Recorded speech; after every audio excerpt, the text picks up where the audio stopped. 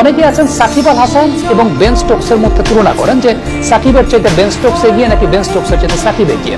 এবং এই ক্ষেত্রে প্রসঙ্গটা আসে যে বেন স্টোকস তো ইংল্যান্ডকে ওয়ার্ল্ড কাপ জিতিয়েছেন। ভাই, ইংল্যান্ডের মতো দেশের ক্রিকেটারের ওয়ার্ল্ড কাপ জেতানোর সুযোগ থাকে।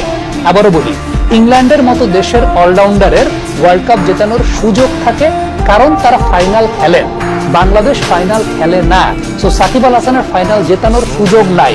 একটু ব্যাখ্যা বিশ্লেষণ করে বলি, সেটা হচ্ছে ইংল্যান্ডের মতো দল, সেই দলে বেন স্টোকস না মেইন ব্যাটসম্যান না মেইন বোলার।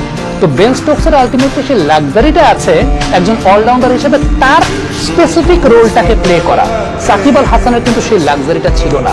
সাকিব আল হাসান বাংলাদেশের মেইন ব্যাটসম্যান ছিলেন, আবার সাকিব আল হাসান বাংলাদেশের মেইন বোলার ছিলেন।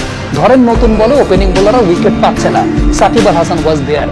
তাকে আনতেন 7-8 নম্বর ওভারের সময়, ওয়ানডে ক্রিকেটের পার্সপেক্টিভে বলছি, 7-8 নম্বর ওভার উইকেট না পড়লে আপনার সাকিব আল হাসানকে আনতে হতো বোলিং এ, এবং তখন সাকিব আল হাসান একটা ব্রেক থ্রু দিতেন।